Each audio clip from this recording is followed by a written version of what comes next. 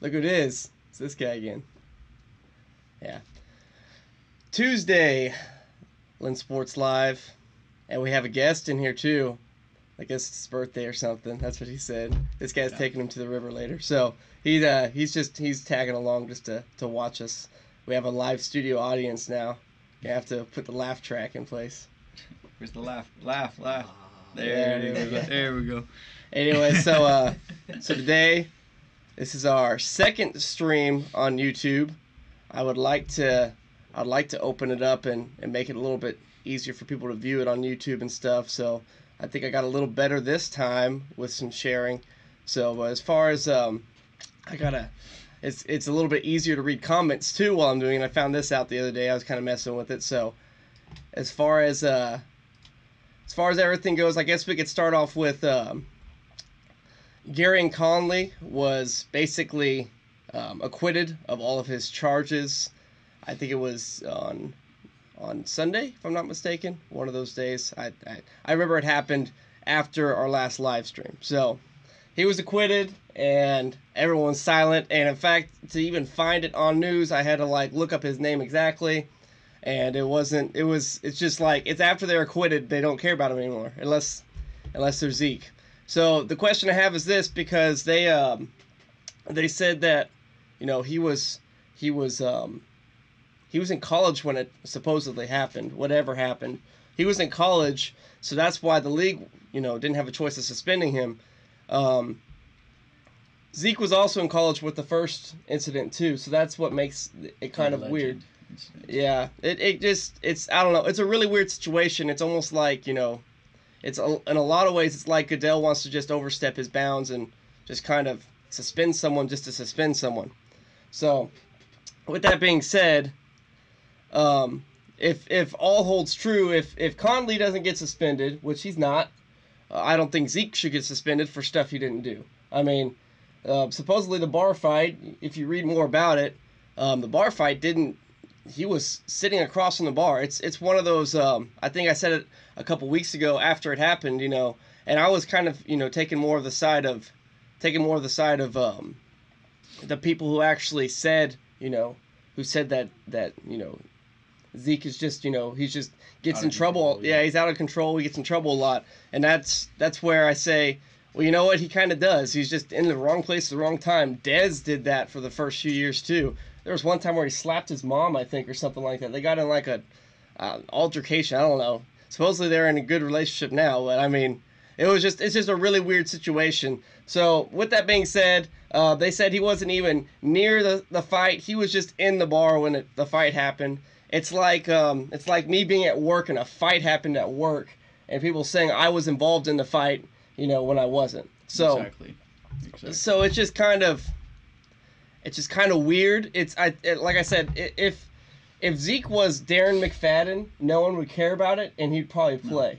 No. Well, I mean, and that statement is basically, it claims that if you're a Dallas Cowboy, and especially if you're a starter, you're going to be the mainstream media. You're going to be the hot topic every single time. There was an article that came out about a week and a half ago, 2 weeks ago, maybe even a month ago. I forgot when it was, but that's why it doesn't really matter, because nobody even remembers when it was, because nobody saw it. The second string running back for the Houston Texans had a gun and he shot one or two people or something like that, or attempted to shoot one or two people. Yeah. And nobody hears about that.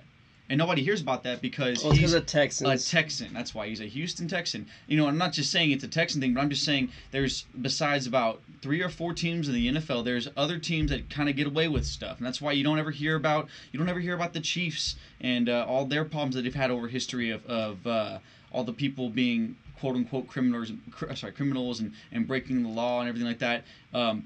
Obviously the biggest allegation, or the biggest accusation, is that the Cowboys and the Raiders are the biggest criminal recruiting teams in the NFL, when stats have shown that they're not. But just because they're the Raiders and the Cowboys, they're constantly thrown into the media. Yeah, but it's the Raiders. They're fans. They have some... Same. Well, this last thing right here, the Raiders. Didn't the Raiders draft this guy? Yeah. Yeah. The Raiders drafted this guy, And everybody's all talking about criminal. He's gonna and now he's acquitted. And now he's acquitted, and nobody's talking about it. Everybody's trying to backtrack and say, nobody. And that's the problem. This is guilty until proven exactly. innocent. Nobody believes that anymore. You're guilty when someone says you're guilty. As opposed to being guilty until proven innocent. Well, and the problem is that those writers that came out and made all those accusations about that organization don't come out and thoroughly apologize to them. They don't have to, but there's no class. There's no class in ruining that person's image. Imagine if all the stuff that happened with Tiger Woods. Imagine if all that stuff was an accusation, all the things that were said about him and everything, and people were just like, oh, okay, well, it wasn't real. And they just swept it under. The stuff that was said about him. Obviously we found out that it was true, but the stuff that was said about him, there was a lot of nasty stuff about him, and that in return has kind of ruined his image. He ruined his image, but I'm saying because of those accusations that first came on. People basically opened the door for people to just criticize him, and if basically what I'm saying is if he hadn't have been guilty, his reputation and his image would have been somewhat tainted. The same thing for these football players is that their image is tainted after that because now nobody ever hears about that person was acquitted. That person. Well, Ray Lewis got through it. I mean, he had a whole. Yeah, that's thing. true. I mean, that's true. But I'm saying he killed someone. I mean, I don't care what that you was say. Different. That was in self-defense. Okay, that was a little bit different. Right? That was a little. And Ray Lewis is known for being a little bit more of the better class player. Okay, if that makes any sense. He's more of the better. Now he is. Yeah, exactly. But you don't remember. You don't remember what the beginning of his career. Okay, I remember hold on. But I'm talking about Ezekiel Elliott right now. Okay, and I'm talking about the players that have just been highly scrutinized right off the bat. Okay.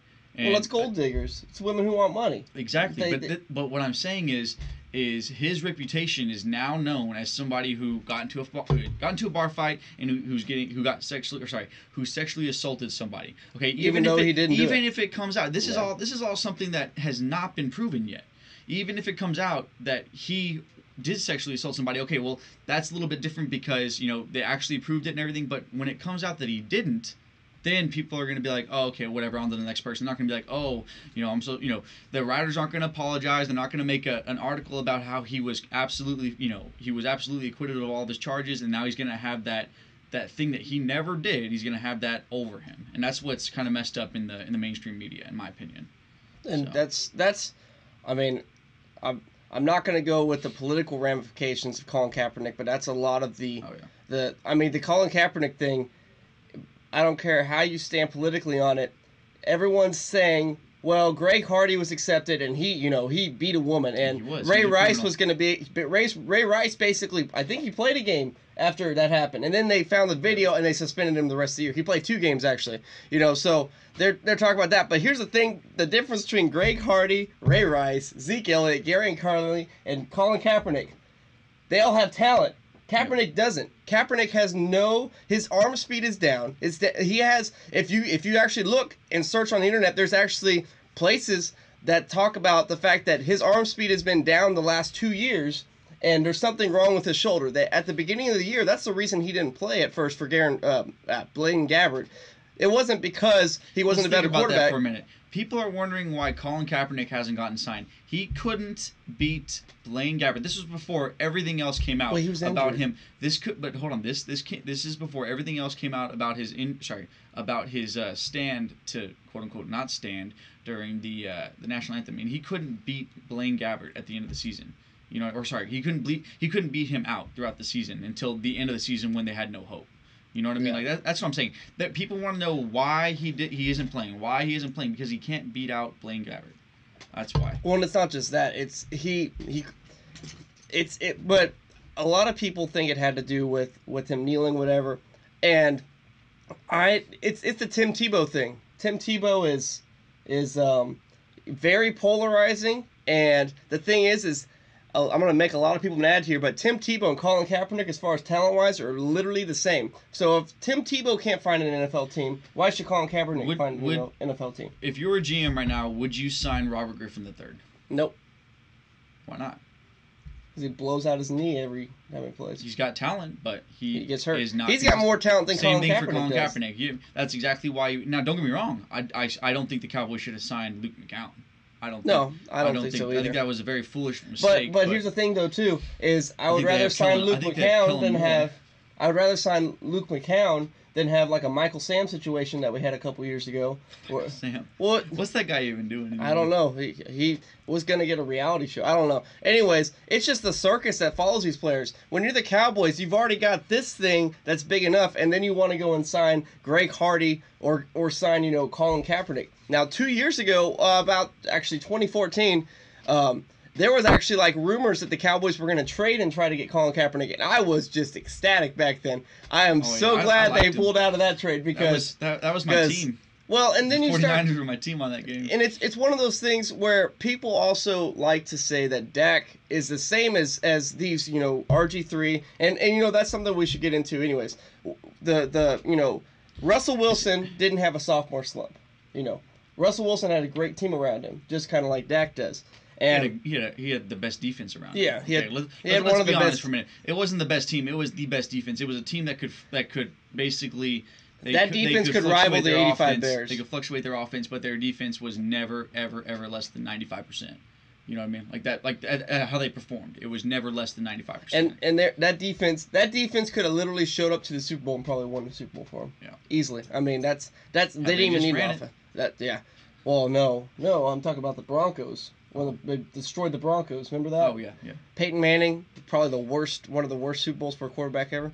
Anyway, so with all that, with Kaepernick and the main thing I say about Kaepernick is he doesn't. If you sit back and watch tape on him, and this is something that I think a lot of people, just a lot of the everyday people, and a lot of people who are basically trying to make it super political and make it straight up about that, are not watching tape on him. If you watch tape on him, you'll realize that when he said 2 years ago that mechanics weren't a big deal to him, but he was playing good then.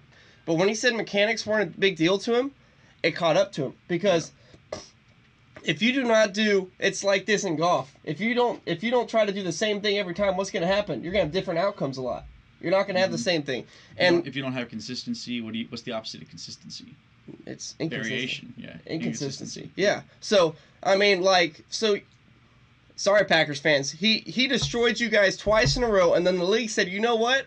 Where do you see We've realized we can't, we're not going to sit there. We're not going to not load the box up. We're not going to try to defend the pass against this guy. We're going to try to make him beat us with his arm. Yeah. So then they went and loaded up the box, and there's always a spy. Every single play you watch over the last 2 years, like 90% of the time, one of the linebackers is spying on him. They're always looking at him. They're always making sure that, he's not going to run outside the pocket. So what you have now is the hit that happened against the Dolphins last year where he got absolutely just crushed. I mean, there was plays last year where it was like, what are you doing? You're trying to run, but there's nowhere to run. Right. So basically, he is a quarterback that relies on his legs and then his arm. He is a Russell Wilson that doesn't have a Russell Wilson arm. That's what he is. Well, but then you look back at the NFC Championship game. I think it was the 2013 freshman. I was off of the freshman highs right there. Well, that 2013 NFC Championship game, he made one of the greatest throws I've seen in. That was good to Crabtree, right? Yeah, when he was in midair, or was it to Bolden? It might have been to Bolden. He was in midair, and he jumped in the air, and he just slung the ball 50 yards.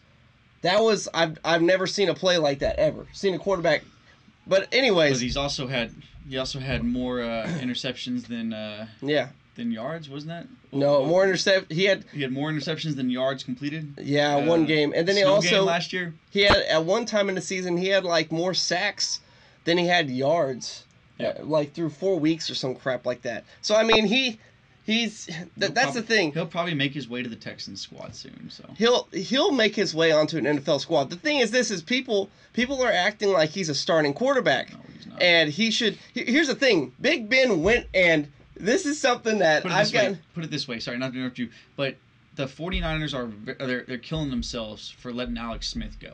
Yeah. They're killing themselves. Well, no, it was John Harbaugh. I mean, when they let him go, that was... The 49ers are killing themselves for letting Alex Smith go. That's what killed... That's what destroyed them was basically that whole feud.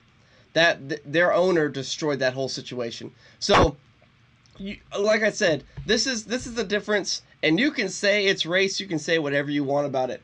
But the difference between Ben Roethlisberger a few years ago and all the rape allegations that came out, and Colin Kaepernick. Now you may say, well, Colin Kaepernick's not a criminal. I said yes. I say yes, but in a lot of ways he generated the circus. He generated all the buzz around it, all the negative buzz that will be generated. He insulted his country.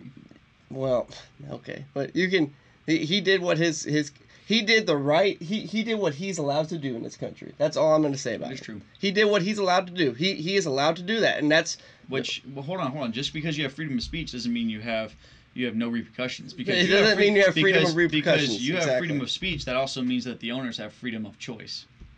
Doesn't it? Exactly. I mean, everybody wants to. Oh, it was freedom of speech. Yeah, he got his freedom of speech, and now, hold on, and now the general managers are making their freedom of choice. They don't. There's nothing that says, oh, well, this guy stood up for a cause, so we have to, we have to put him on our team. There's nothing. If they don't like, this is a sport industry. If they don't like the way he plays, if his play outweighed, is it good?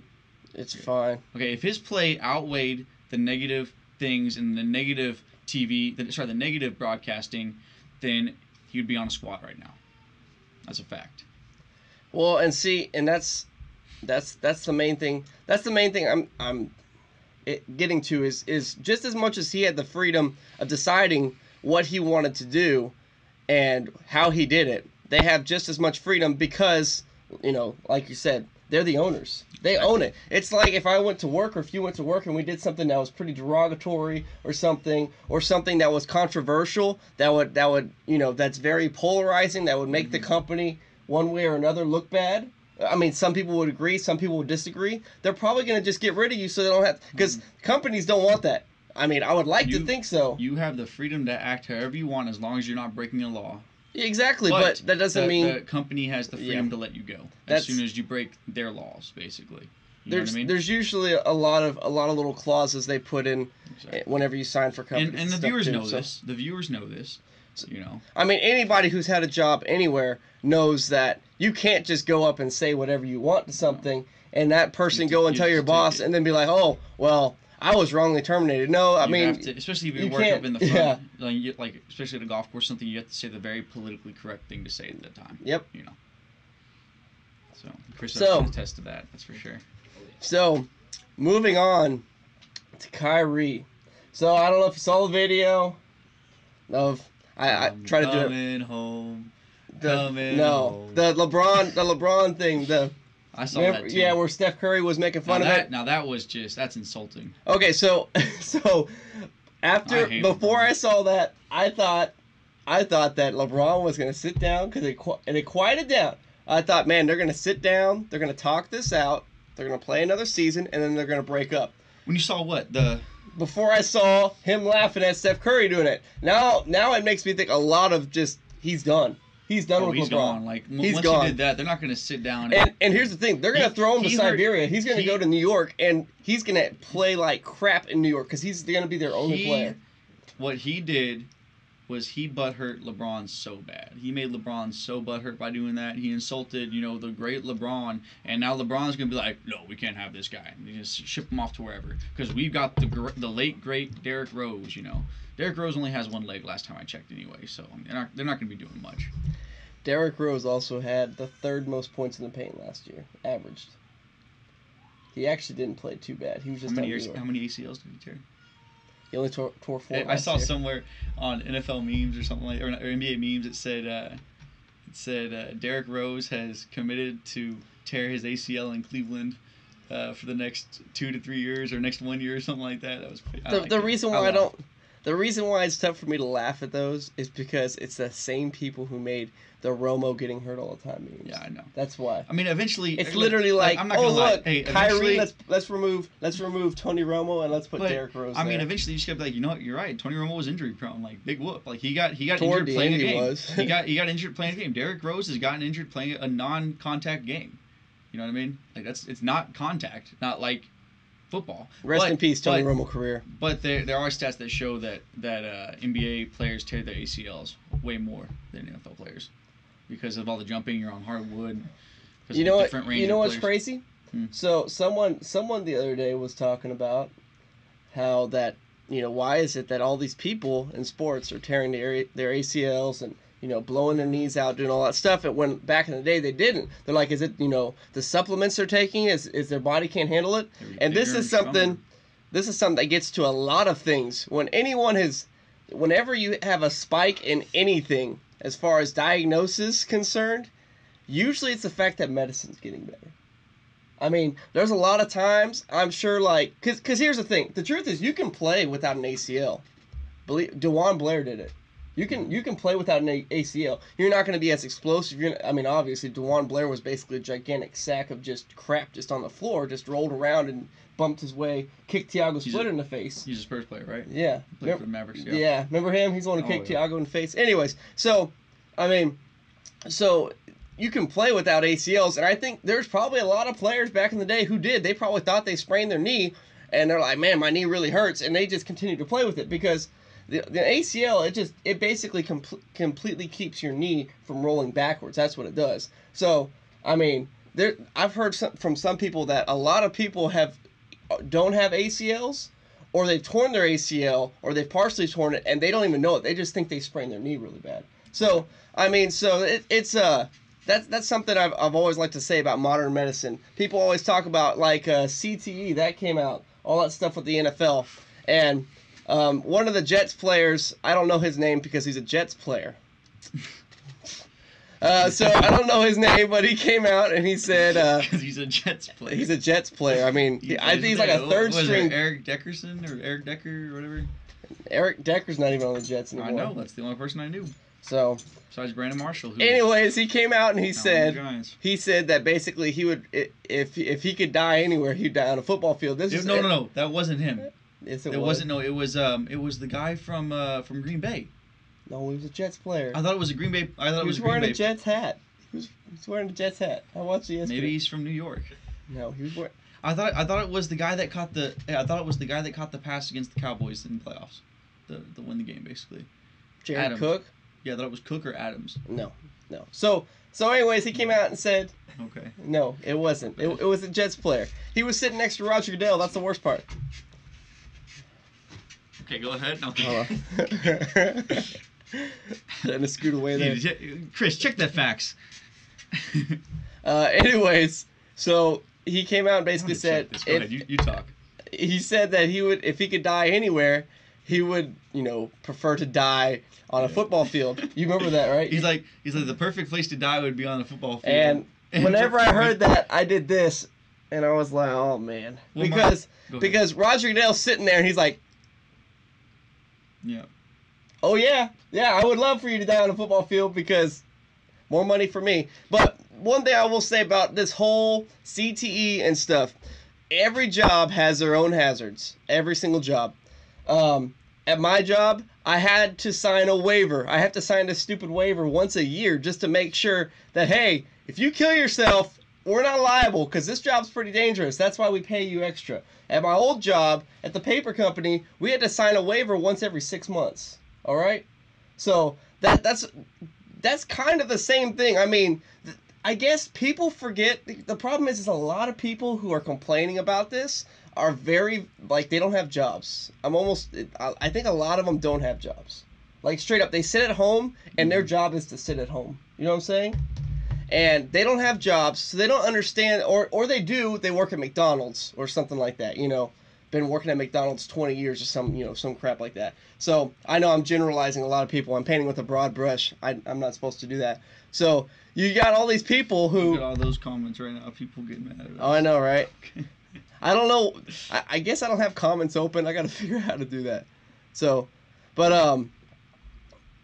It was Jamal Adams from the Jets. Woo! Jamal Adams from the Jets. Okay. Yeah. That's a good one. Jamal. Hey, good source there. Yeah. Good source. So it was Adams. But Martellus Bennett said, look, he goes, I like playing football and everything. He goes, but I don't want to die for that stuff. Yeah, but I don't the like guy from Martellus Bennett is from he's on Green Bay right now, right? No. Okay, the other one. Wait, yes. Yeah, Martellus. Michael Bennett's the one on the Seahawks. He's the one who speaks a little too much. So we're on CTE. Anyways, CTE. So this survey, 110 out of 111 players. So this is where this is all coming from. 110 out of 111 players were tested for it, and it determined that they had it. The problem with the test, and this is kind of the problem with modern medicine nowadays, is the fact that a lot of these tests are biased. If you actually look into it, you'll realize that these players were complaining of the symptoms, and so that's why they were chosen for this test. So that tells you that one player who's complaining of the symptoms didn't have it, but everybody else had it, okay? So what I want is I want them to test every NFL player. Because I'm sure not everyone's going to have it. So even if they have it, though, this is something that is common in boxers, too. Getting punch drunk. What's the difference? So are they going to shut down? What's the difference in hockey? I mean, they're going full speed at each other, and that surface is a lot more, or soccer, is a lot firmer than grass. Why haven't they researched hockey? Why haven't they researched boxing? Why haven't they researched soccer yet? Why haven't I mean, basketball. People get concussions in basketball too. So you got all these sports. NASCAR. Somebody wrecks, smacks their head. I'm just here to make it. No, I'm just here to make it. Hey, do it again. Take your shirt off. Or take your shirt off. Look, it changes the color of my shirt. Watch it. Put it back on. All right, back to the main topic. Go ahead. The top of my head is so white. Anyway. So back to NASCAR being a good sport. So NASCAR's not well, Dale Earnhardt. Anyways,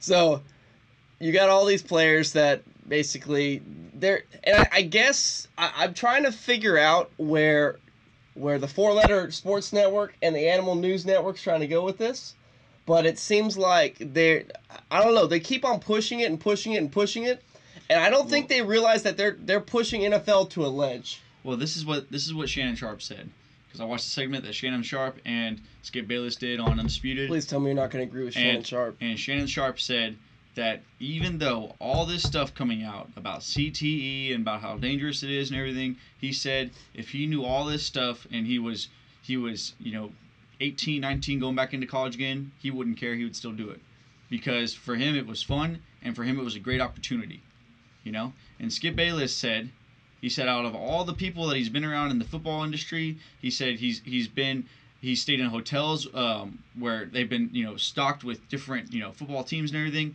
And all the people that he's hung around and that he's talked to and interviewed, he said nobody's ever complained to him about, feeling any sort of, of the symptoms of CTE, or they've never showed it, of wanting to be alone the whole time, or being depressed, or having massive headaches throughout the day. He said he's never seen that, and that proves in the point. I'm not saying that everything they're saying is 100% true, but that proves in the point about what you're saying about. I mean, the test is pretty biased when it comes down to it, It's that's how it was biased when they took it. So, I mean, it's just like on the PGA Tour when they do a random drug test for somebody that shoots 61. It's not random. They just want to see if there's some substance they're taking to suspend them, because they can't shoot that well.